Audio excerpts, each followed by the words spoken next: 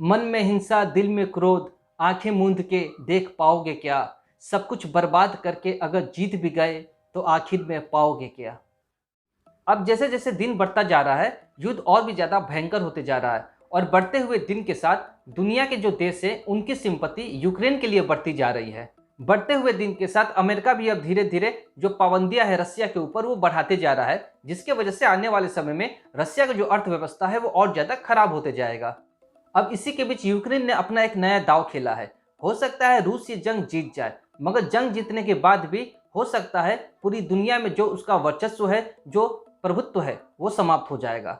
दरअसल यूक्रेन ने रूस के सुरक्षा परिषद में अस्थायी सीट पे ही प्रश्न उठा दिया है।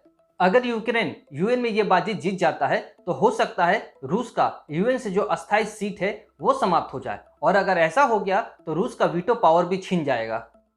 पहले समझते हैं यूएन यानी यूनाइटेड नेशन क्या है।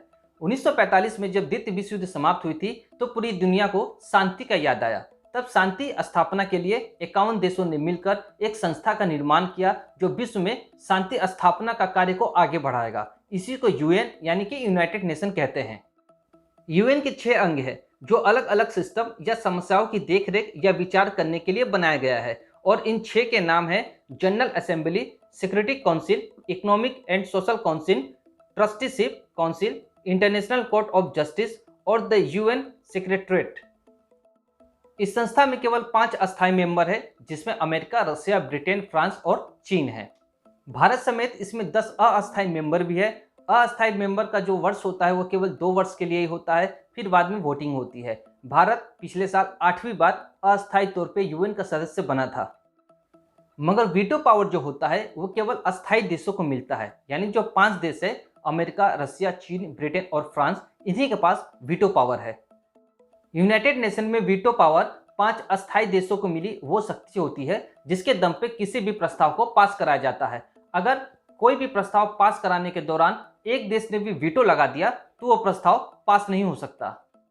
यूनाइटेड नेशन में भारत कई बार आतंकवादी मसूद अजहर को बैन लगाने के लिए प्रस्ताव लेकर गया था, मगर चीन ने उसमें वीटो करके उसे बचा लिया। लेकिन अगली बार जब फ्रांस वही प्रस्ताव लेकर गया था तो इंटरनेशनल दबाव में चीन वीटो नहीं कर सका, तब जाके मसूद अजहर को आतंकवादी घोषित करके उस पर बैन लगाया गया था। एक समय था जब ये वीटो पावर भारत को मिलने वाला था, अमेरिका ये विचार लेकर आया था, मगर नेहरू जी ने इस वीटो पावर को चीन को ही दिलवाया क्योंकि वो इस पे चीन का ही हक मानते थे। और आज वही चीन भारत को वीटो पावर दिए जाने का विरोध करता है। वीटो पावर का सबसे बड़ा लाभ, अगर आपके पास यूएन में वीटो पावर है तो यूएन में अपने खिलाफ आने वाले किसी भी प्रस्ताव को आप वीटो करके रद्द करा सकते हैं। अब सवाल है, क्या रूस को सच में हमेशा के लिए यूएन से निकाला जा सकता है? दरअसल 1945 में सोवियत यूनियन यूएन का एक सदस्य बना था, मगर 1991 में सोवियत यूनियन 15 देशों में टूट गया, जिसमें से एक हिस्सा यूक्रेन और सबसे बड़ा वाला हिस्सा रूस है। तब रूस को सोवियत यूनियन के उत्तराधिकारी के रूप में यूएन में शामिल करने के लिए एक ज्ञापन दिया गया था। इसी पे यूक्रेन का कहना है कि सोवियत यूनियन से जितने भी देश अलग हुए थे उन्होंने ये घोषणा किया था कि सोवियत यूनियन का अब कोई अस्तित्व तो नहीं रहा, तो फिर रूस को यूएन में अस्थायी सीट सोवियत यूनियन की जगह कैसे मिल गई? बाकी जो देश अलग हुए थे उनका भी तो अधिकार इस हिसाब से यूएन के सीट पे बनता है। इसके मुताबिक रसिया को यानी रूस को कभी भी सोवियत अंग का उत्तराधिकारी नहीं माना गया, तो फिर रसिया को सोवियत यूनियन की सीट कैसे दी जा सकती है? वहीं रूस को यूनाइटेड नेशन में अस्थायी सदस्य बनाने के लिए महासभा के द्वारा कोई भी फैसला नहीं लिया गया था, ऐसा यूक्रेन का कहना है। यूएन चार्टर के तहत ही यूएन का निर्माण किया गया था। यूएन चार्टर एक तरह का यूएन चलाने का संविधान है, मगर इसमें बिना किसी बदलाव के ही सोवियत यूनियन के जगह पे रूस को उसका उत्तराधिकारी बना के वीटो पावर दे दिया गया। यूक्रेन का कहना है कि यूएन चार्टर में आज भी अस्थायी सीट के नाम पे सोवियत यूनियन का नाम है, न कि रूस का। इसी तरह यूएन चार्टर में पहले रिपब्लिक ऑफ चाइना यानी कि ताइवान का नाम था, फिर बाद में 1971 में पब्लिक रिपब्लिक ऑफ चाइना यानी कि जो आज का बीजिंग वाला चीन है उसका नाम संशोधन किया गया, मगर सोवियत संघ से रूस का नाम कभी संशोधित हुआ ही नहीं। कहने का मतलब है पहले चीन और ताइवान दोनों एक थे, तो यूएन में जो वीटो पावर था वो ताइवान के पास था, फिर बाद में ताइवान चीन से अलग हो गया, तो वीटो पावर संशोधन करा के बीजिंग वाला जो चीन है यानी जो अभी का चीन है उसके पास चला गया। यही यूक्रेन का कहना है कि बिना यूएन के चार्टर एक्ट में बदलाव किए सोवियत यूनियन की जगह रूस को यूएन का अस्थायी सदस्य कैसे बनाया गया। अब ऐसे में ये सवाल बनता है, क्या रूस को यूएन के सीट से सच में निष्कासित किया जा सकता है? तो इसका जवाब है, असल में जो यूएन चार्टर है यानी जो संविधान है यूएन का, उसमें ऐसा कोई नियम है ही नहीं।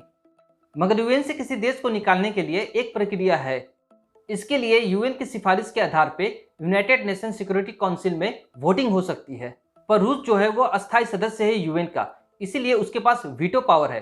कल को अगर ऐसा कोई प्रस्ताव रूस के खिलाफ आता है तो रूस उस पर वीटो लगा के उस प्रस्ताव को रद्द भी करा सकता है और ऐसा करके वो बाहर जाने से बच सकता है। मगर यूएन चार्टर के मुताबिक रूस के वीटो के बाद भी अगर महासभा इसी प्रस्ताव को दोबारा लाती है और इस प्रस्ताव को अगर 2/3 सदस्यों का समर्थन मिल जाए तो रूस को सुरक्षा परिषद से बाहर किया जा सकता है। इसके अलावा एक और दूसरा तरीका है। यूएन के 6 अंगों में से एक अंग है जिसका नाम है इंटरनेशनल कोर्ट ऑफ जस्टिस। अगर ये कोर्ट फैसला सुनाता है कि यूएन का कोई भी सदस्य चार्टर के अगेंस्ट जाके जंग को गलत तरीके से छेड़ता है तो उसे अस्थायी रूप से इस सीट से बेदखल किया जा सकता है। तो इस आधार पर भी रूस को सुरक्षा परिषद के सीट से हाथ गंवाना पड़ सकता है, क्योंकि यूएन का जो गठन ही हुआ था वो शांति स्थापना के लिए हुआ था, न कि बेवजह युद्ध के लिए।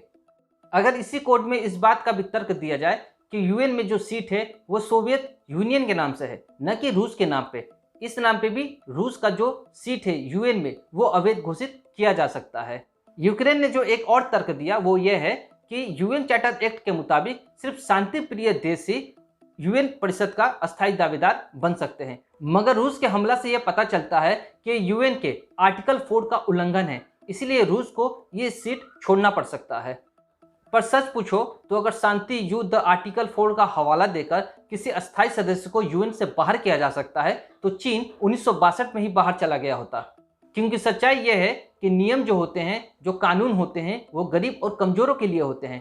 क्योंकि दक्षिण चीन सागर पे भी यूएन इंटरनेशनल जो कोर्ट है वो चाइना को पीछे हटने के लिए कहा था, वो जगह छोड़ने के लिए कहा था। फिर भी चाइना जो इंटरनेशनल कोर्ट है उसका बात नहीं माना और उस जगह पे आज भी खूंटा गाड़ के बैठा है, क्योंकि जानता है कि चाइना एक मजबूत देश है और यूएन उसका कुछ नहीं बिगाड़ सकता।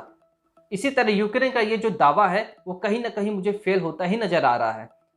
अब ये थोड़े दिनों बाद ही पता चलेगा कि रूस जंग जीतता है या यूक्रेन अपने सम्मान की लड़ाई। सच्चाई यह है कि रूस और यूक्रेन का ये जो जंग है अब कहीं न कहीं ये नाक और सम्मान पे आ गया है। न अब रसिया पीछे हटते हुए नजर आ रहा है, न ही यूक्रेन। अंत में एक बात कहना चाहते हैं, मन में हिंसा, दिल में क्रोध, आंखें मूंद के देख पाओगे क्या? सब कुछ बर्बाद करके अगर जीत भी गए तो आखिर में पाओगे क्या?